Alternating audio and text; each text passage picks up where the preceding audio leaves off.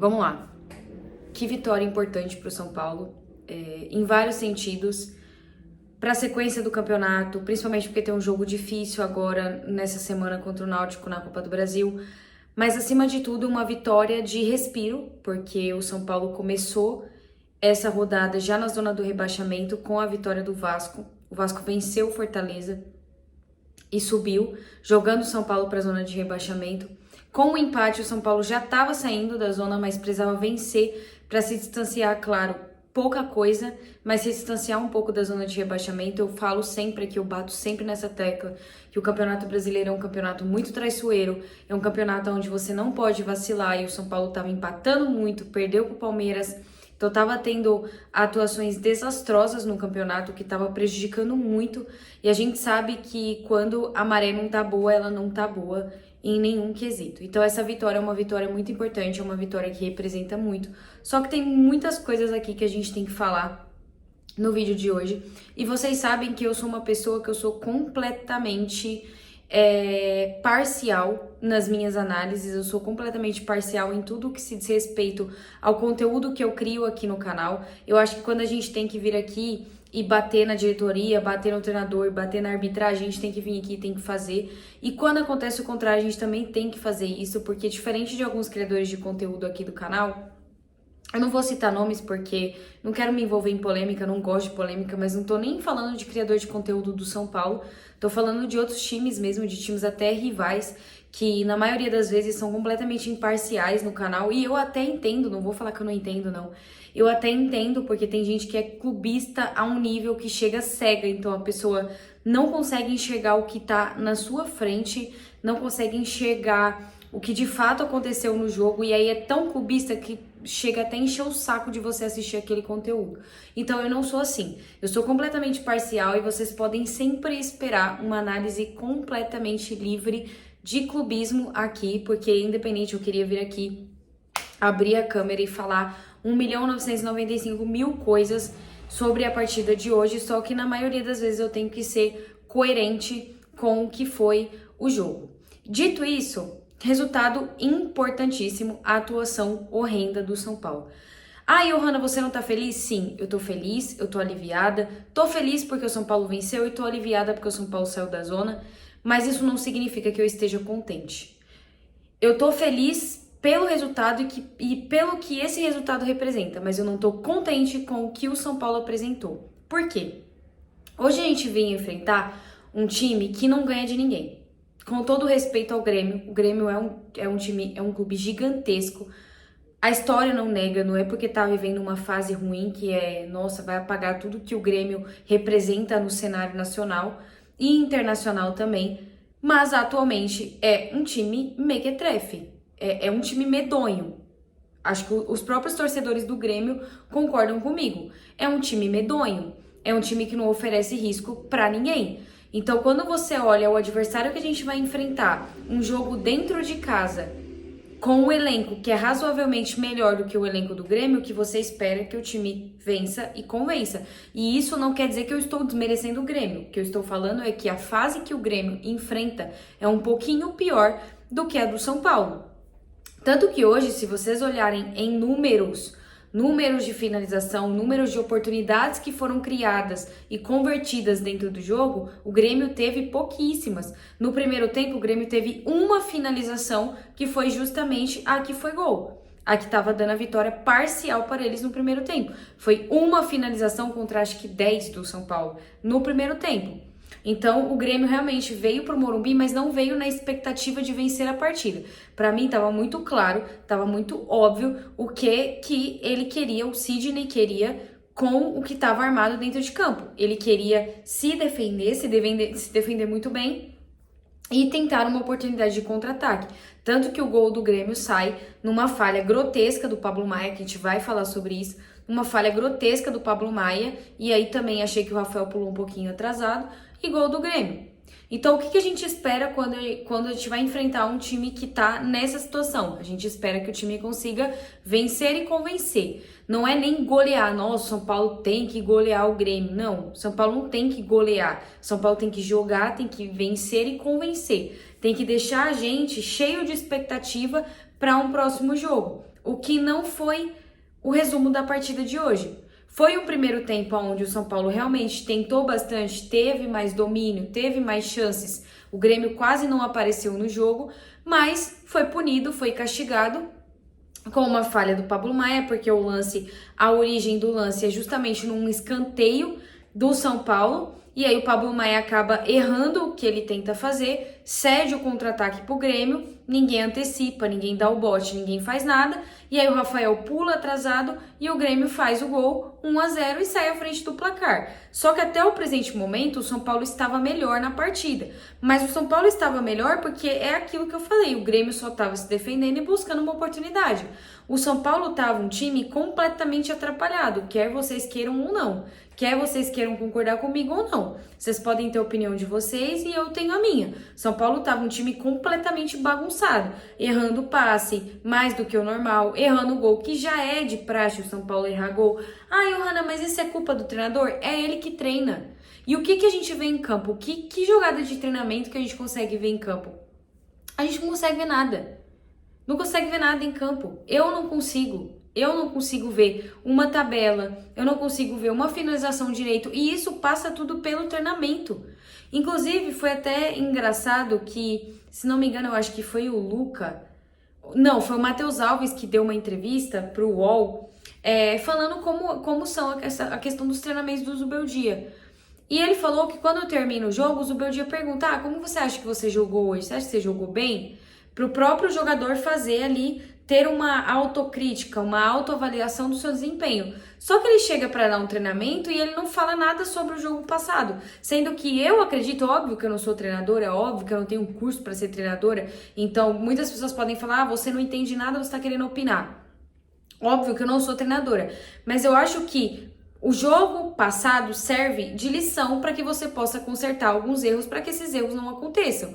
E essa declaração do Matheus Alves deixa muito claro para mim que é por isso que os erros se repetem partida a partida, porque ele não tenta ir justamente no ponto onde está o erro. O erro é finalização, vou botar os caras para treinar mais finalização. O erro é na marcação, vou botar os caras mais para marcar direito. Parece que ele não tem esse senso do que precisa melhorar de um jogo para o outro. Ele não tem isso, ele não trabalha dessa forma. E é o que eu falei nos outros jogos. São vitórias como essa que mascaram o trabalho do Zubeldia. São vitórias como essa que fazem com que ele permaneça no cargo. E vocês acham que eu fico triste? É óbvio que eu não fico triste, só que é assustador. Eu não sei se para vocês enxergam dessa forma. Para mim, é assustador o desempenho do São Paulo contra um time medonho desse no Morumbi. E eu não tô desrespeitando o Grêmio, realmente o Grêmio tá praticando um futebol medonho. O Grêmio não ganha de ninguém, Não consegue ganhar de ninguém. E aí vem aqui no Morumbi e o São Paulo não consegue se impor dentro de casa, com mais de 30 mil torcedores contra esse time. Vocês conseguem entender que é desesperador a situação que vive o São Paulo? E aí o São Paulo ganha, empata uma partidinha na Libertadores, que foi o caso aqui contra o Libertad. Aí hoje ganha finalmente 3 pontos no Campeonato Brasileiro. Você vê como o campeonato é tão maluco que o São Paulo estava na zona de rebaixamento, agora já está em 9º colocado, só que permanece a 3 pontos da zona do rebaixamento. E o Campeonato Brasileiro é muito traiçoeiro. Então, a atuação do São Paulo preocupa num todo, porque você consegue perceber nas jogadas que os jogadores eles ainda se esforçam para tentar fazer alguma coisa. Só que o time é visivelmente mal treinado.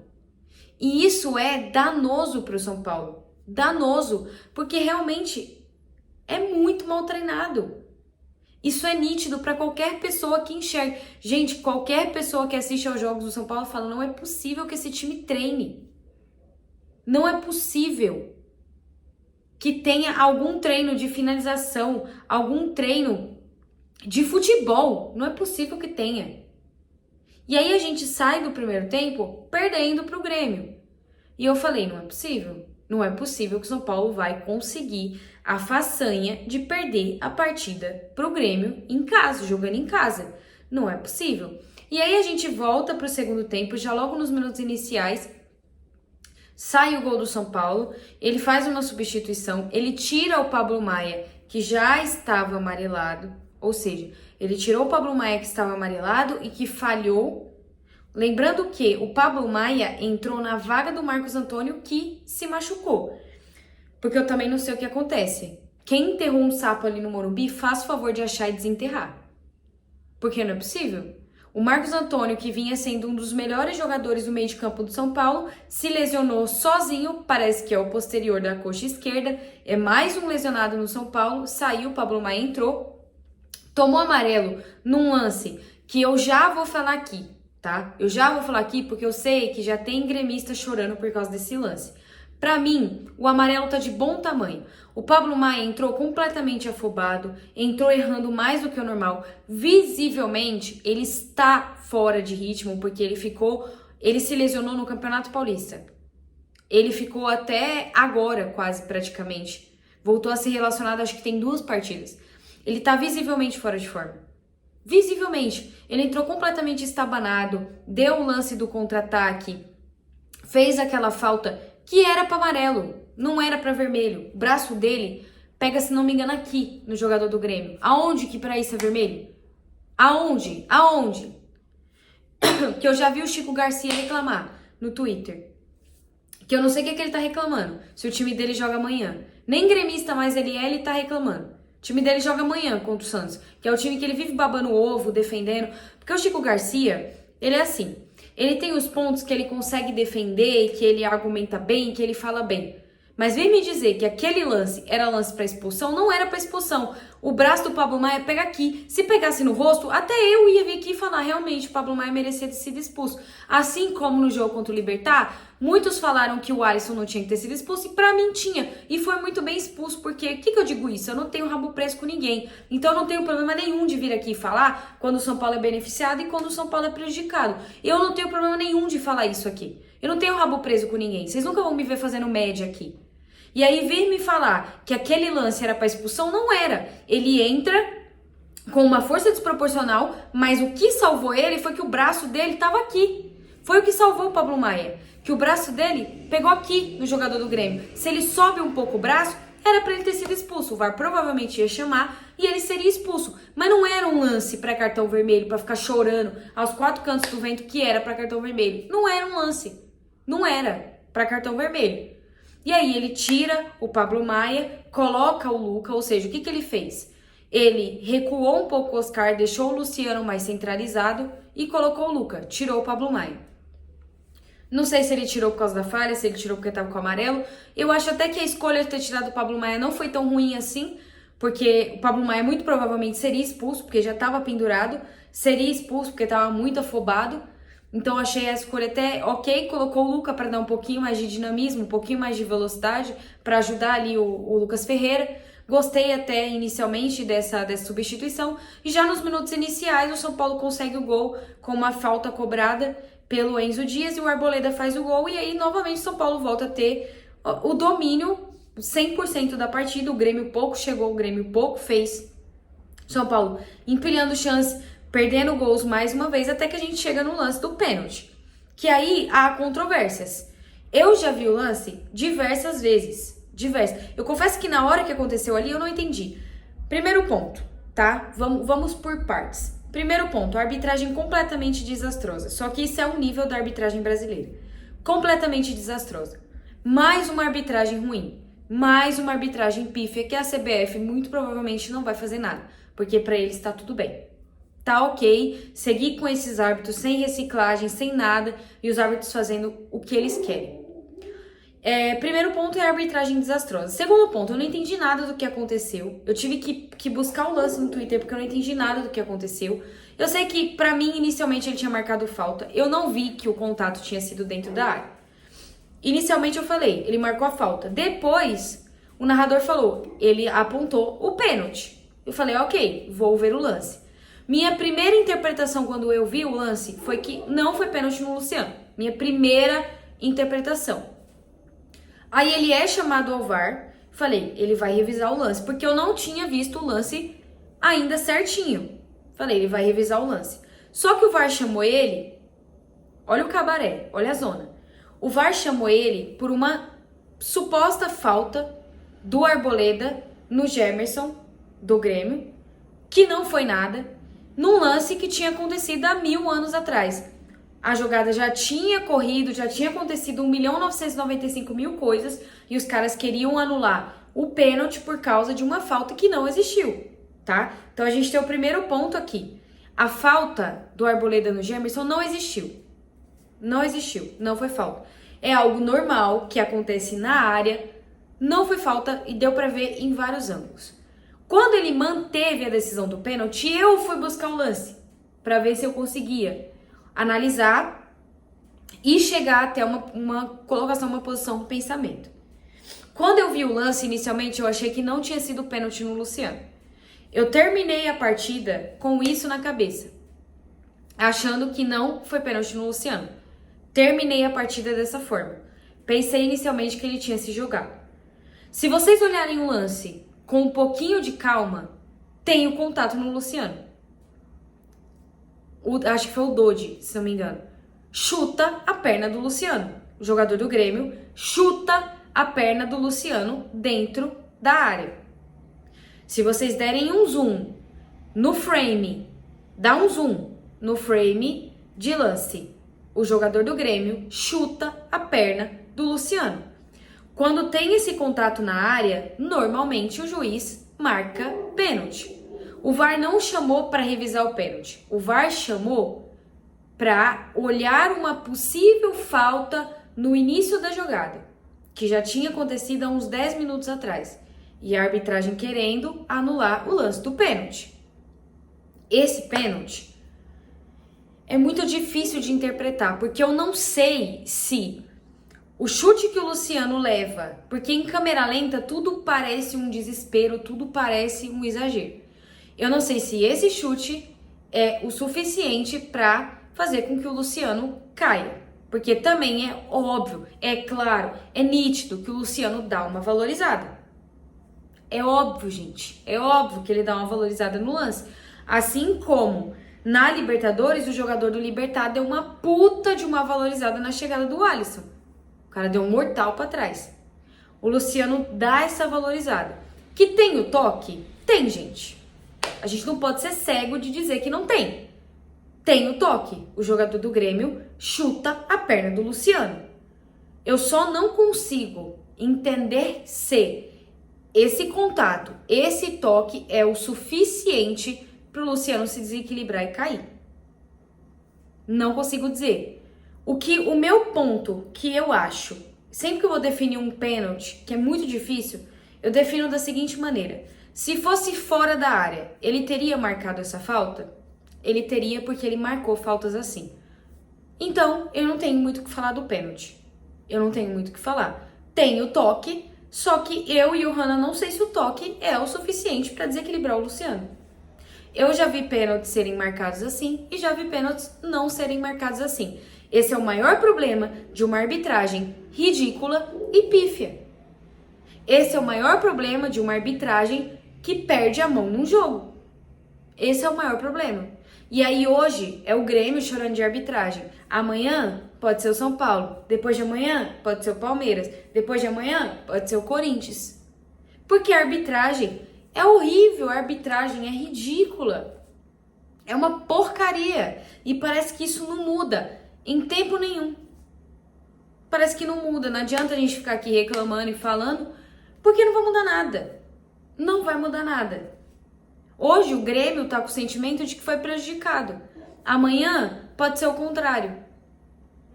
E assim a gente vai levando até o final do campeonato. Porque é isso aí que a gente tem, esses árbitros tudo cagado. Que não sabe o fundamento básico do que eles estão fazendo ali, do trabalho deles. É isso que pega. E aí o São Paulo, o André Silva, cobra. Porque, gente, pelo amor de Deus, é o Volpi, né? É o Volpi no gol. Eu acho que você não conseguir fazer um gol no Thiago Volpi, um gol de pênalti no Thiago Volpi ainda, é rescisão, é motivo de demissão, porque é o Thiago Volpi no gol. Engraçado também que mesmo sendo o Thiago Volpi, o São Paulo pouco tentou chutar de fora da área, pouco tentou finalizar no gol.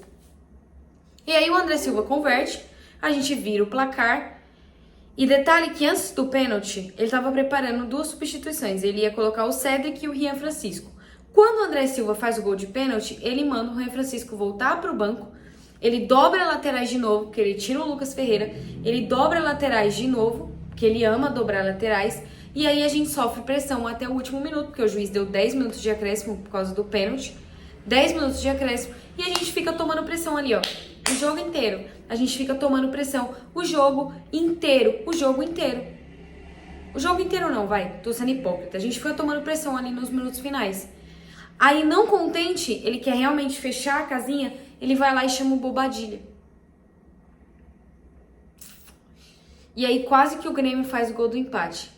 Quase que o Grêmio faz o gol do empate. Mais uma vez, eu também tenho que trazer aqui e elogiar a partida do Rafael. Porque o Rafael era até um gol defensável, o primeiro do Grêmio? Era. Mas se não fosse o Rafael, a gente tinha tomado empate hoje. Porque ele fez excelente defesa. E é nesse momento que a gente fala que todo time grande que quer chegar longe precisa ter um goleiro. Se não fosse o Rafael, eu não sei nem onde a gente estaria agora, nesse momento. Eu não sei nem onde a gente estaria. Porque o Rafael salva a gente jogo sim e jogo sim também. Esse é o meu problema. Outro ponto que eu queria destacar antes de finalizar o vídeo é o Luca. O Luca entrou hoje no início do primeiro tempo. Com pouquíssimos minutos, ele teve uma queda tão feia que ele torceu o pé. Mesmo assim, o moleque ficou 45 minutos mais acréscimos em campo. 45 minutos mais acréscimo em campo. Quando o sangue esfriar desse moleque, a dor que ele vai sentir é absurda, porque o pé dele virou. E a gente torce pra que, por Deus, não seja nada grave, porque ele ficou 45 minutos ainda correndo, fazendo uma puta de uma fumaça. É disso que a gente precisa, é desse estilo de jogador. Só que o que me preocupa hoje, resultado importantíssimo, maravilhoso, ótimo resultado. Mas o que me preocupa é o desempenho do São Paulo. É o que o São Paulo está deixando de mostrar, que é futebol. Cada jogo que passa é desesperador ver o São Paulo jogar. O único momento em que o São Paulo desempenha um futebol um pouquinho melhor é nas Copas. E nem isso, porque contra o Náutico no Morumbi foi ridículo. E essa semana a gente tem jogo contra o Náutico. Eu não tô confiante. Vocês estão confiantes? Eu não tô. O único momento em que o São Paulo desempenha um bom futebol também é na Libertadores. Só. E olhe lá. Olhe lá. No Brasileiro, tá deixando a desejar. Na Copa do Brasil, deixou a desejar. E eu não sei até onde a gente vai assim, empurrando com a barriga, levando como Deus quer. Não sei, honestamente não sei. Porque o jogo de hoje escancara, e é óbvio que essa vitória vai mascarar muita coisa, mas o jogo de hoje escancara a deficiência técnica do time do São Paulo. Escancara o quanto é ruim, o quão é ruim o trabalho do Luiz Beldia. O quão é ruim. E a gente não pode se deixar levar por causa de vitória. A gente não pode se deixar levar porque, o São Paulo venceu. Não, isso tá errado. Porque muita gente já faz isso. Eu já vi influenciador grande aqui falar que o São Paulo não é mais grande. Então tá ótimo o trabalho do Zubeldia. E essa galera é uma galera que se diz São Paulina. E aí, vir pra mídia pra falar que o São Paulo não é mais grande, pra defender treinador que nunca ganhou nada pelo São Paulo, nada. O Zubeldia nunca ganhou nada pelo São Paulo. Preciso relembrar isso pra vocês. Nada. Não ganha nem clássico direito. Ele quebra sempre tabu, mas é sempre ao inverso. O time não ganha do São Paulo no Morumbi. Ganhou. Tal time tá há 790 jogos sem ganhar do São Paulo. Ganhou. Esses são os tabus que eles quebram. Eles quebram. Ele e a comissão dele. Esses são os tabus. E aí eu falo uma coisa pra vocês. Esses influenciadores que enchem a boca pra defender o Zubeldia, pra falar que a culpa nunca é dele, porque hoje muitas pessoas vão culpar quem? O Pablo Maia. Se a gente tivesse perdido ou empatado, a culpa seria do Pablo Maia. Mas a culpa não seria dele que não sabe armar o time direito. A culpa nunca é dele. A culpa é da arbitragem, a culpa é do vento que sopra errado no Morumbi, a culpa é do gramado, a culpa são dos jogadores, mas nunca é dele. Ele é um intocável. A culpa do São Paulo estar nessa situação, sabe de quem que é? Do Caleri, que perdeu pênalti contra o Sport, do Ferreirinha, que perdeu pênalti, dos jogadores que perdem gol. A culpa é 100% deles. O Zubeldia não tem culpa de nada, ele é um intocável.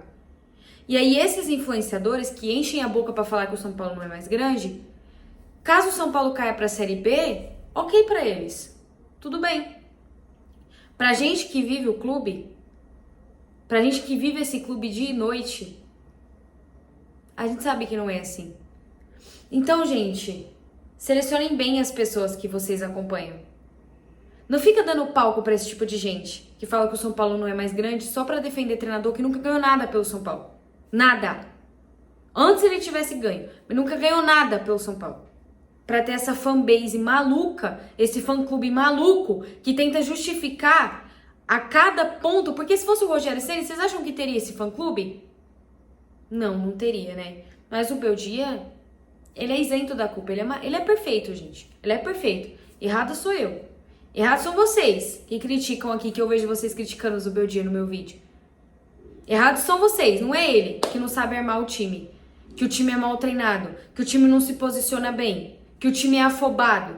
A culpa? Nossa senhora, não. Jamais que a culpa é dele. É do vento errado. O vento que bateu lá em Sergipe desequilibrou aqui. Coitado do Zubeldia, né? Coitado.